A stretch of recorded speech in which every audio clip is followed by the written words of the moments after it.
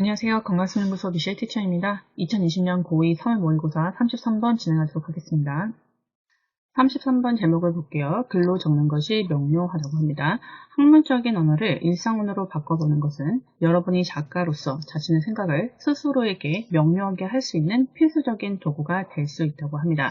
학문적 언어라는 것은 어려운 언어죠. 이런 언어를 일상 언어, 누구나 이해할 수 있는 일상 언어로 바꿔보는 것은 글을 쓰는 건데요. 글을 쓴 이유는 자신의 생각을 스스로에게 명료, 즉 분명하게 할 수 있기 위해서 글을 쓴다고 합니다. Translate A into B는 A를 B로 바꾸다 있고요. 한번 내용 같이 볼게요.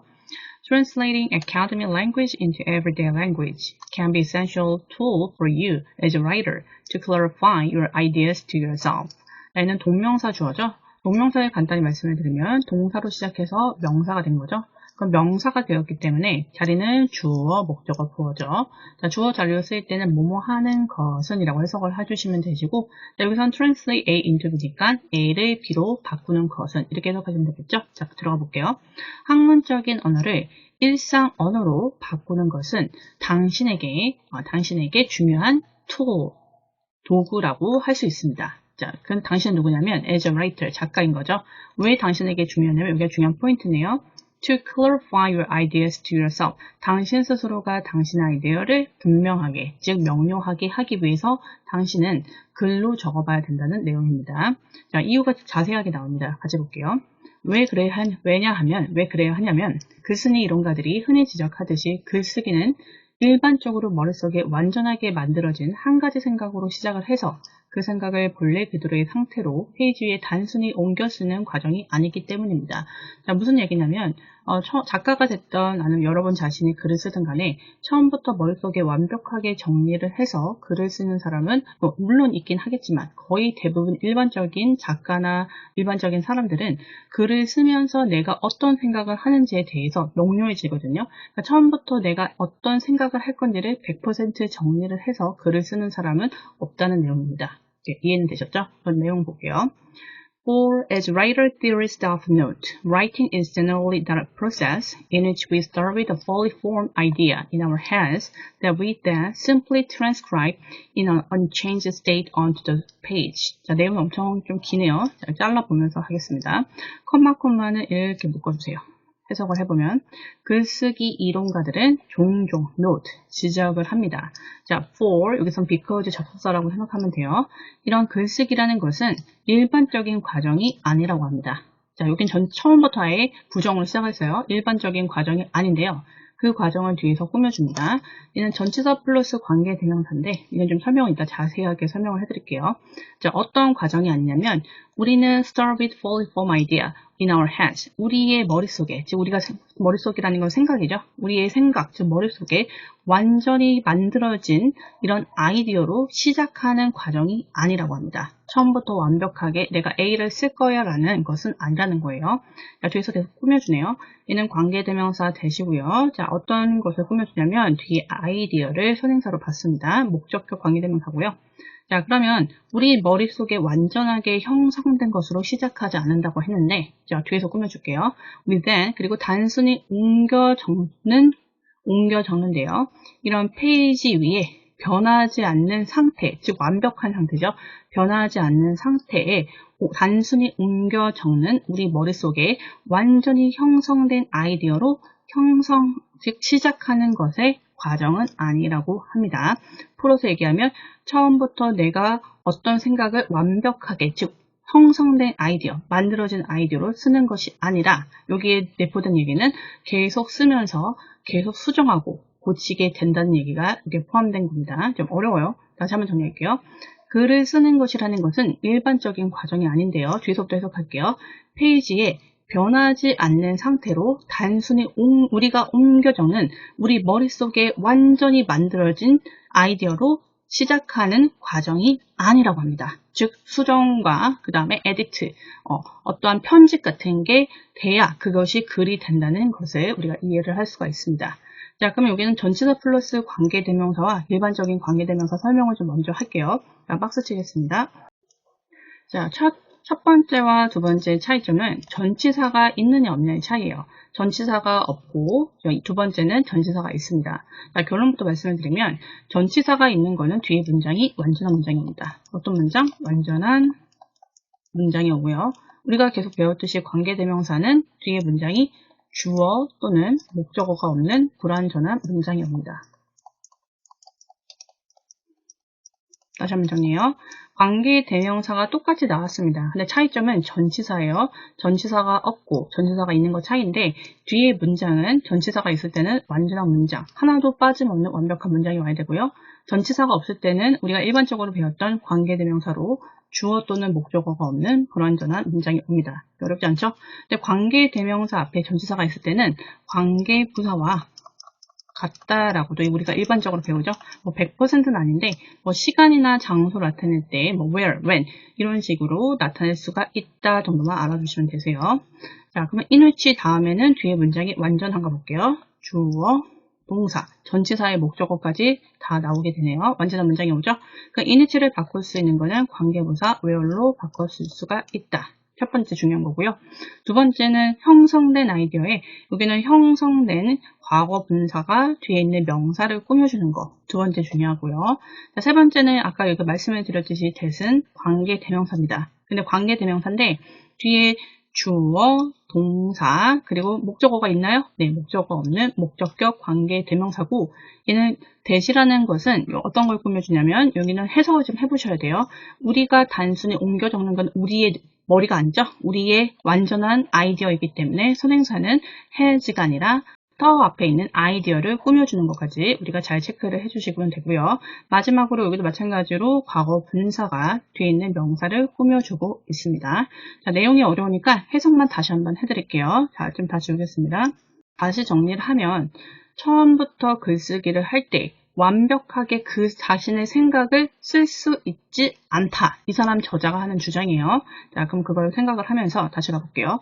자, 글쓰기라는 것은 우리 페이지 위에 변하지 않는 상태로 우리가 단순히 옮겨 적는 우리 머릿속에 있는 완전한 형태로 시작하는 그러한 단순한 과정이 아닙니다. 그 말인즉슨 글을 쓰면서 계속 편집이 되고 수정이 된다는 것까지 우리가 이해를 해주셔야 됩니다. 첫 번째부터 어렵습니다. 이해가 안 되는 부분은 계속 반복해서 봐주시기 바라고요. 그럼 다음 넘어가겠습니다. 도리어 글쓰기는 글쓰기 과정을 해서 우리의 생각이 무엇인지를 알아내는 발견의 수단인 경우가 더 흔하다고 합니다. 자, 무슨 얘기냐면 우리가 글쓰기를 처음에 A라는 것을 생각을 했지만 나중에 글을 써보니 B라는 것을 우리가 알 수 있는 것처럼 우리의 발견한 경우가 많다라고 합니다. 그 말은즉슨 글로 적는 것이 명료하다는 것과 같은 말이죠. 자, on the contrary 이제 반전되는 거죠. Writing is more often means of discovery. 이거는 발견의 수단이래요. 글쓰기라는 거는 발견의 수단인데 여기랑 같은 맥락이에요. 자, 어떤 발견의 수단이냐면 we use the writing process. 우리는 글쓰기 하는 과정을 사용을 하는데 무엇하기 위해서 사용한다요? 우리의 생각이 무엇인지를 발견하기 위해서, 즉 무엇을 사용한다? 이런 발견의 수단으로 글쓰기를 사용한다고 합니다. 글쓰기를 쓰면서 내가 무슨 생각을 하는지 조금 더 확실해지고 명료해지고 방향이 어떤 건지를 확인할 수 있다는 말입니다. 자, 여기 잘 체크해 주시고요. 그리고 여기서는 figure out 다음에 의문사, 주어, 동사, 자, 의문사, 주어, 동사라는 간접 의문 형태까지 체크를 해주시면 되시고 전치사 플러스 관계대명사는 뒤에 문장이 어떻다? 네, 완전한 문장이죠. 그래서 주어, 동사, 목적어 형태. 그렇기 때문에 전치사 인이 빠지면 된다, 안 된다? 안 되는 것까지 잘 체크를 해주시기 바랍니다. 이것은 글을 쓰는 사람들이 결국 페이지 위에 적히는 내용이 처음에 시작을 할 때 그렇게 되라고 생각했던 것과는 상당히 다른 내용이라는 것을 발견하고 자주 놀라는 이유이기 때문입니다. 자, 위에 글에서 발견의 수단이라고 했죠. 그럼 처음에 A라고 시작을 했지만 내가 막상 글을 써보니 B가 될 수도 있고 C가 될 수 있지. 자, 이런 식으로 상당히 다른 내용을 발견을 하게 되고 명료하게 되면서 자주 놀라게 된다고 합니다.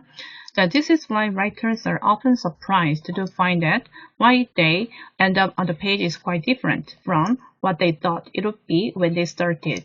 자, 여기는 서술형 대비 좀 해주세요. 자, this is why랑 this is because 차이는 because 뒤에는 어떠한 이유, 어떠한 원인이 되는 거고 why라는 건 어떠한 결과인 거죠.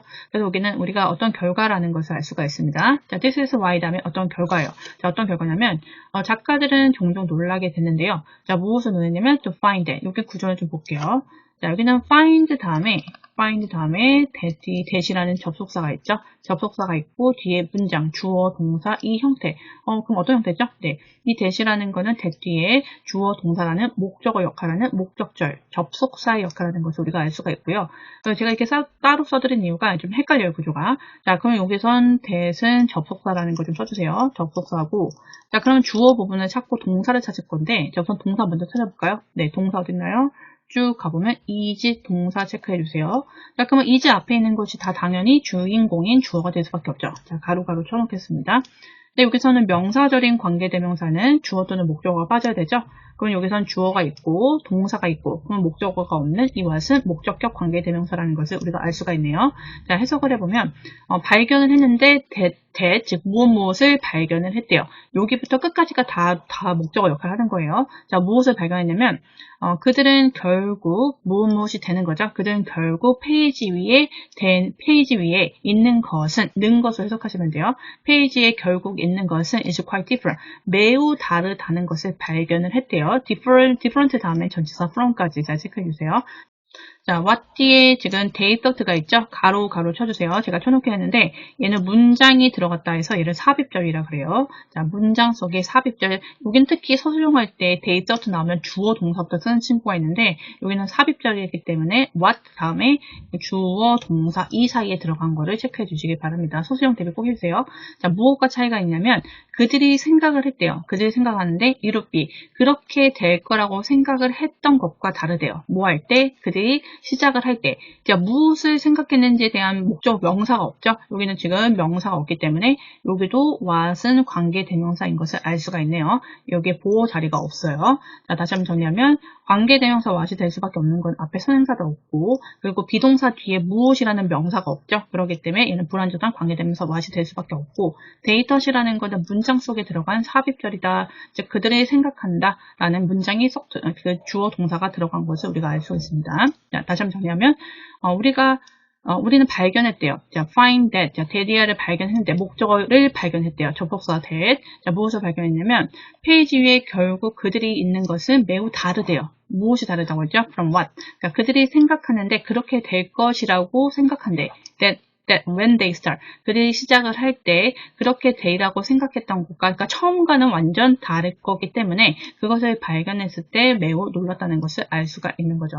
자, 여기 내용이 어려우니까 다시 한번 정리합시다. This is because 뒤에는 어떠한 원인, 이유가 나오는 거고 this is why는 어떠한 결과인데 자, 위의 내용에서 발견의 수단이라고 했죠. 글쓰기는 발견의 수단이라고 했어요. 근데 글쓰기는 발견의 수단의 이유가 뭐냐면 작가들이 종종 놀라는데 그 종종 놀라는 이유는 뭐냐면 그들이 결국에 페이지에 있던 것과 매우 다른데 무엇과 다르대요. 이거는 어떠한 결과죠. 자기가 무엇을 쓴 결과와 different 다른데 무엇과 다르냐면 그들이 시작을 했을 때 그렇게 되라고 이롭비 그렇게 되라고 생각했던 것과는 매우 다르기 때문에 놀랄 수밖에 없는 거죠. 네, 어려운 거 알고 있습니다. 그래서 서술 대비를 좀 여러 번 해가면서 한 10번 쓰면서 연습을 해주시기 바랍니다. 여기 특히 많이 어렵습니다. 자, 다음 넘어갈게요. 우리가 여기서 하고자 하는 말은 일상 언어가 이런 과정 속에서 흔히 매우 중요하다는 것입니다. 이런 과정이라는 것은 글을 쓰면서 글이 좀 더 명료해지고 내가 어떤 방향을 쓸 것인지에 대해서 발견하는 과정을 이야기하는 거예요. 이 과정 속에서 중요한 것이 일상 언어인 거고. 자, 그럼 내용을 볼게요.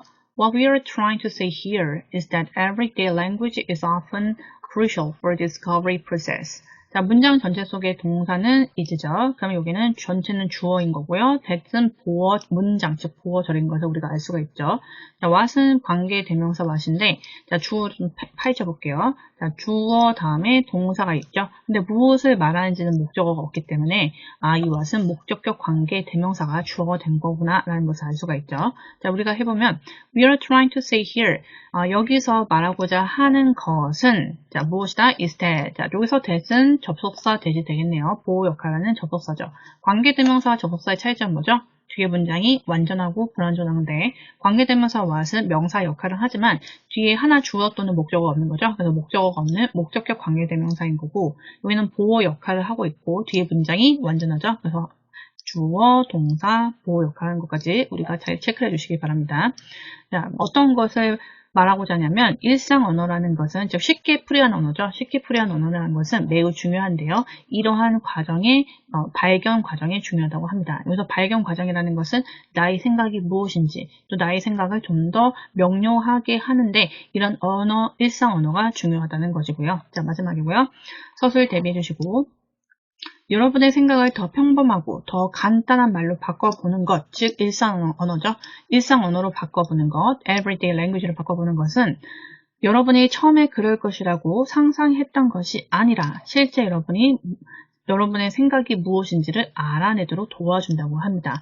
처음에 그럴 것이라고 상상했던 것이 아니라 실제 여러분의 생각이 무엇인지를 알아내도록 도와준다는 말은 처음에 내가 A라는 것을 생각을 했지만 나중에는 B로 턴할 수도 있는 거죠. 그런 것처럼 자신의 생각이 무엇인지를 명료하고 정확하게 알아낼 수 있다는 말이에요. 계속 얘기했지만 글로 적는 것이 명료하다. 즉 글로 적는데 일상 언어로 바꿔보는 것이 나의 생각이 또 나의 방향이 무엇인지를 명료하다는 것을 알 수 있습니다. 자, 내용 볼게요. 어려워요. 저도 알고 있어요. 잘 참고 들으세요. 자, translating your ideas into more common, simpler terms. 자, 여기까지 주어네요. 주어 먼저 해석을 해보면 동사가 명사가 된 동명사죠. 자, translate A into B는 A를 B로 바꾸는 거죠. 당신의 생각을 좀 더 많은 일반적이고 더 단순한 용어, 즉 일상 언어로 바꾸는 것은 can help you, 목적어를 목적격 보호하게 도와준다고 합니다. 얘는 준사역이기 때문에 투부정사 동사원형 오는 거 다 알 수 있죠. 그래서 얘가 투부정사 제가 쓴 겁니다. 당신이 figure out, 알아차리는데 자 여기는 명사입니다. 명사절인데 의문사, 주어, 동사, 간접 의문 형태로 왔어요. 자 무엇을 알아차리냐면 당신의 생각이 진짜 무엇인지를 알아차리기를 도와준다고 합니다.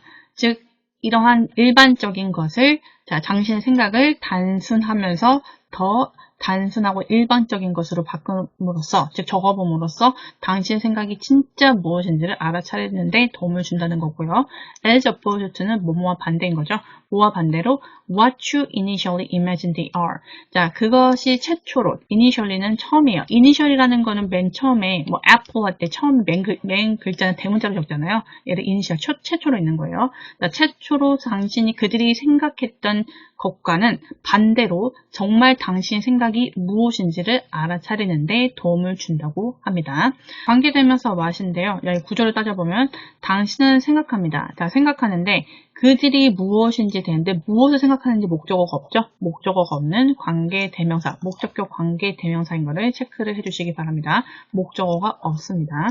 다시 한번 정리하면 당신이 그들이 생각하는 거에 최초로 상상하는 거에 반대로 당신의 생각이 정말 무엇인지를 알아차리도록 도와준다고 합니다. 자, 무엇이 도와준다고 했죠?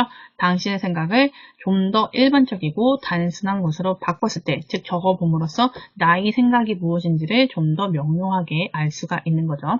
자, 문법만 다시 잡겠습니다. 자, 첫 번째는 얘는 관계대명사 what으로 시작을 하고 전체가 주어입니다. 자, 얘는 목적격 관계대명사인 이유가 주어, 그 다음에 동사 있죠. 동사 있는데 뒤에 say 다음에 어떠한 것을 말하는지 목적어가 없죠. 그래서 목적격 관계대명사가 주로 쓰였고요. 관계대명사가 주어로 쓰였을 때는 what절이 쓰였을 때 단수 취급, 대절도 마찬가지입니다. 투부정사, 관계대명사, 그 다음에 동명사, 뭐 상관없이 다 대절 앞에 주어로 쓰였을 때는 단수 취급하는 거 체크해 주시고요. 여기는 동명사죠. 동명사로 시작을 했는데 translate into B입니다. A를 into B로 바꿔보는 거죠. 바꿔보는데 이것은 목적어를 목적격 보호하게 도와준다고 합니다. 당신을 알아차리도록 도와주는데 여기서 의문사 주어 동사예요. 의문사 주어 동사 당신의 생각이 무엇인지 정말 생각하는 게 무엇인지를 도와준다고 합니다. 여기는 중요한 키포인트입니다. 글을 적음으로써 나의 생각이 무엇인지를 도와준다. 자, 키포인트 체크하시고요. 자, 뭐와 반대로냐면 얘는 관계대명사 what이네요. 당신이 최초로 그것들이 무엇인지 자, 목적어가 없어요. 목적격 관계대명사 그것들이 상상하는 거에 대해서 반대로 당신의 생각이 무엇인지를 알 수 있도록 도와준다고 합니다. 여기도 목적격 관계대명사고 얘는 서술 대비 좀 많이 해주세요. 내용 자체가 어렵기 때문에 한 10번 쓰면서 반복을 해주시기 바랍니다. 33번 마무리가 되었고요. 좀 많이 어렵네요. 여러 번 보면서 복습을 해주시기 바라고요. 이제 34번에서 뵙도록 하겠습니다. 수고하셨습니다.